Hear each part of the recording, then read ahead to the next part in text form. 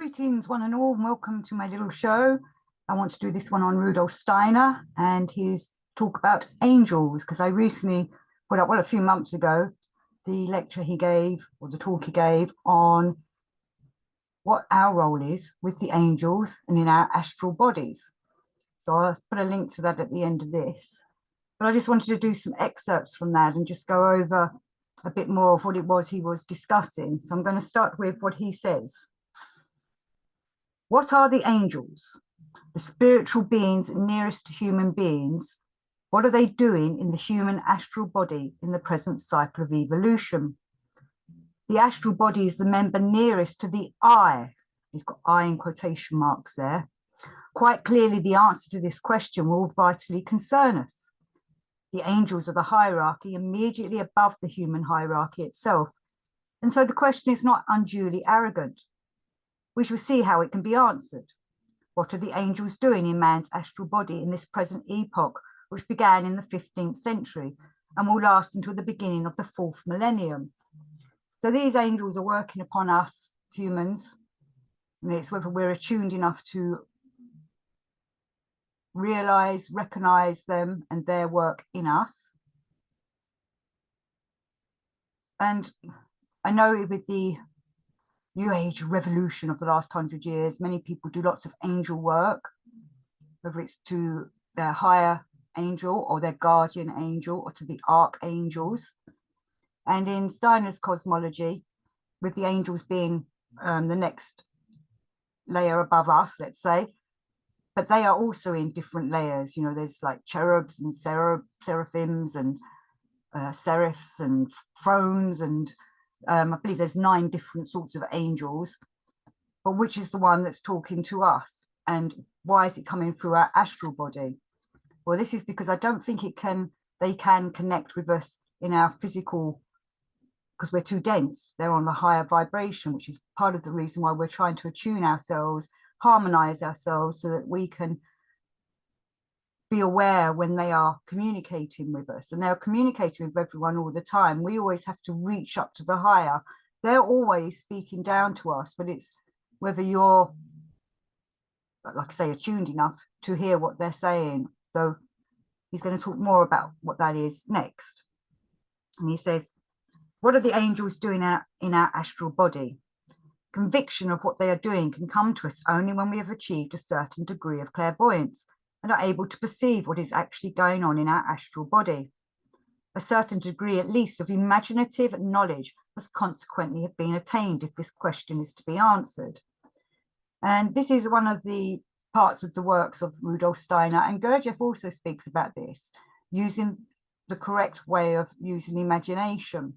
Most of us daydream away, imagine our imagination takes us on into realms, you know, that are better than our life kind of thing, or we imagine a situation, how it's going to unfold, or there's just been, I don't know, you know, you've got something to confront with somebody, so you imagine how it's going to be.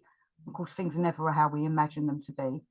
But this is a different kind of imagination. This is a higher quality imagination, which helps you to, as he's saying here, connect with the angels and archangels. He talks a lot about inspiration, intuition, and imagination, 3 eyes. But we need to develop ourselves and our eyes so that we can work with them in us, so that we can then be connected to what's being sent down to us. But there's also the worry of concern, of course. There's also demonic forces out there that also will try and give us false knowledge, false pictures, false natterings into our minds, which is also why we have to develop ourselves so we can differentiate between the two.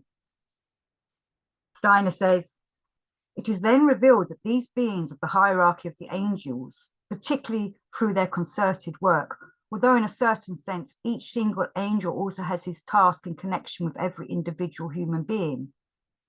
These beings form pictures in man's astral body. And this is where the imagination comes in. Even though we're not trying to imagine what they're sending to us, if we can work towards the higher imagination, their messages down to us in picture form, so they're not whispering to us or talking to us in a voice, they're putting pictures into our astral body for us to connect with. Under the guidance of the spirits of form, exousiae, the angels form pictures. Unless we reach the level of imaginative cognition, we do not know that pictures are all the time being formed in our astral body. They arise and pass away, but without them, there would be for mankind no evolution into the future in accordance with the intentions of the spirits of form. The spirits of form were obliged initially to unfold in pictures what they desire to achieve with us during Earth evolution and beyond. And then later on, the pictures become reality in a transformed humanity. It's like they're giving us pictures of what the future of humanity is supposed to be, what we're supposed to be evolving towards. It's like they're giving us the guidelines, the blueprints of what we're meant to be doing. And this is, I'm quite concerned about how people have, you know, when you watch a certain TV show or a film or something, those images stay with you. And I wonder if this is a way of disconnecting us from the images the angels are sending down to us. I'm sure you've all watched TV shows or films, and they just stay with you for a while. So it made me jump.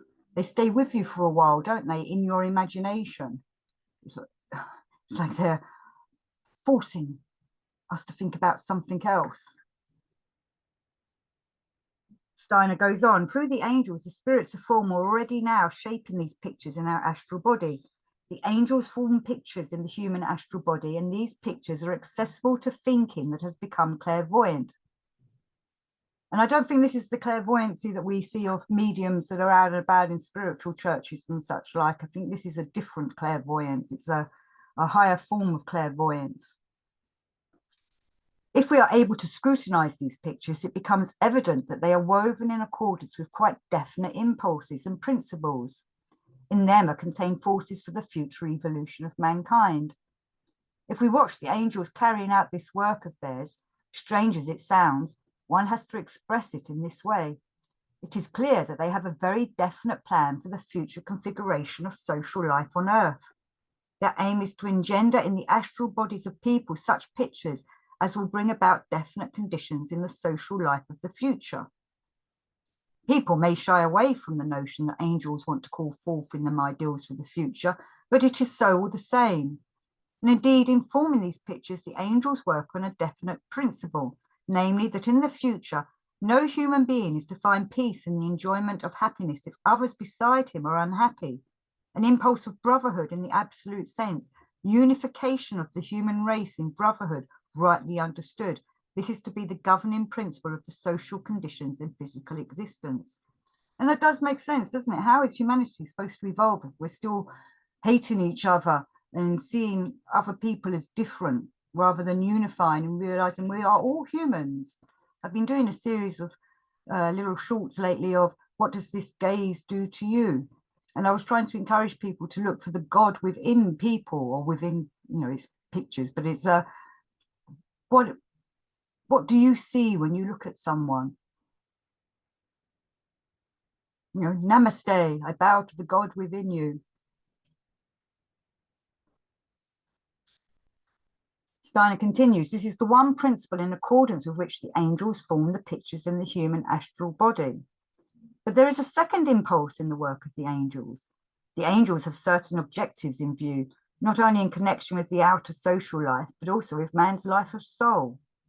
Through the pictures, they inculcate into the astral body their aim is that in future, every human being shall see the hidden divinity in each and all of his fellow human beings. So we all have a spark of the divine within us, but nowadays, few people think about that kind of thing. Spiritual people do, or people on a certain esoteric path, people that are watching this show. But the mass of the people, they don't think like that.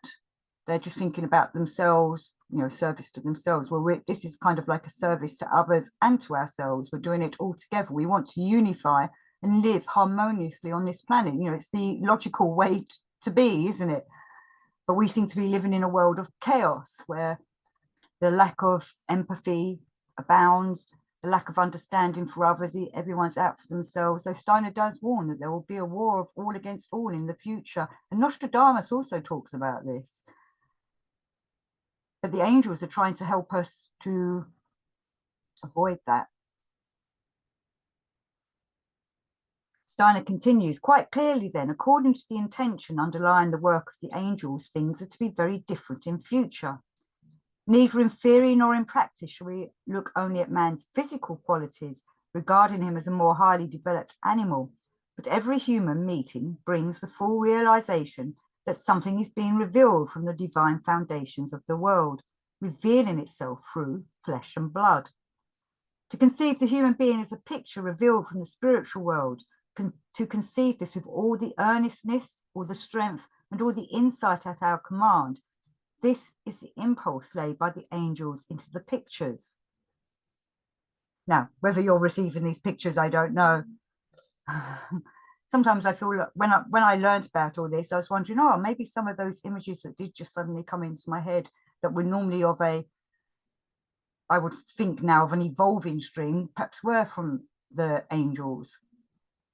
I also remember that I used to get a lot of images of chaos and war, and it's going to be the end of the world and the end of humanity, like apocalyptic scenes. I wonder if that was the dark forces putting them into my mind, or was that the angels telling me this is what's going to happen if we don't buck up our ideas and start recognizing each other as a divine, united human being. Steiner continues, once this is fulfilled, there will be a very definite consequence. The basis of all free religious feeling that will unfold in humanity in the future will be the acknowledgement, not merely in theory, but in actual practice, that every human being is made in the likeness of the Godhead. Namaste! When that time comes, there will be no need for any religious coercion, for then every meeting between one person and another will of itself be in the nature of a religious rite, a sacrament. Nobody will need a special church with institutions on the physical plane to sustain the religious life. If the church truly understands itself, its one aim must be to render itself unnecessary on the physical plane, as the whole of life becomes the expression of the supersensible. Now, that's something that I think many people will find very difficult to give up in a lot of the religions. And I must admit, I myself, I love going to a beautiful cathedral or a beautiful temple or a beautiful I can't think of another word, but a religious building, because I feel sanctuary in it, and I feel that I can have a better connection with the divine. And I'm also a strong believer that many of the cathedrals and temples were built on sacred places. But is this kind of thing what's stopping people uniting because they want to believe that their religion's the only way? I don't know. I can't speak for them. But maybe we would still need beautiful religious buildings to congregate in that are united for all faiths. But then that starts coming down to is this kind of like a new world order thing where they will make one religion only. We don't want that. We want people to accept other people's religions and faiths and beliefs. We shouldn't be going against someone just because they don't follow the same religious belief as we do. And we have enough religious war going on all the time anyway, and problems within different sects from different faiths, when they should all be united, like under all the different Christian faiths should be working together, even though they might have different rules and regulations for certain things, but they must remember that they're all united under the banner of Christ. But people like control. And this is one of the things I think Steiner's trying to tell us, that, we need to stop trying to control other people's beliefs. One love, but also one faith where everyone can believe in what they want to believe in. If there's a divine source, they want to believe in whatever name, or they want to put him, she, it under, they should be allowed to do it as long as they believe in something. And we should respect that. And Steiner goes on to say, the bestowal on man of complete freedom in the religion, let me say that again. The bestowal on man of complete freedom in the religious life, this underlies the impulses, at least, of the work of the angels. And more or less says it all there. And there is a third objective: to make it possible for people to reach the spirit through thinking, to cross the abyss, and through thinking to experience the reality of the spirit.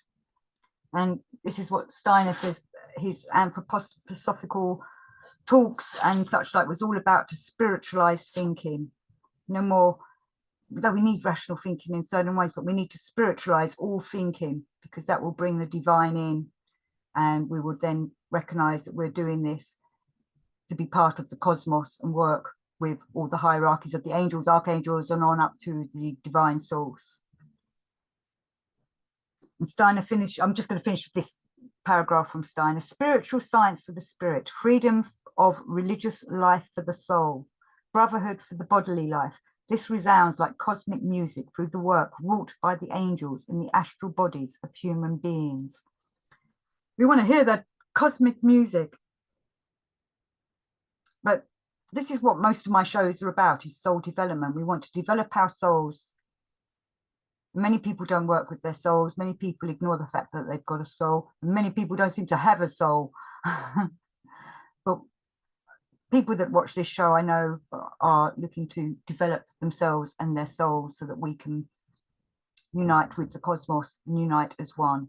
So may your soul walk freely through this lifetime and across this planet.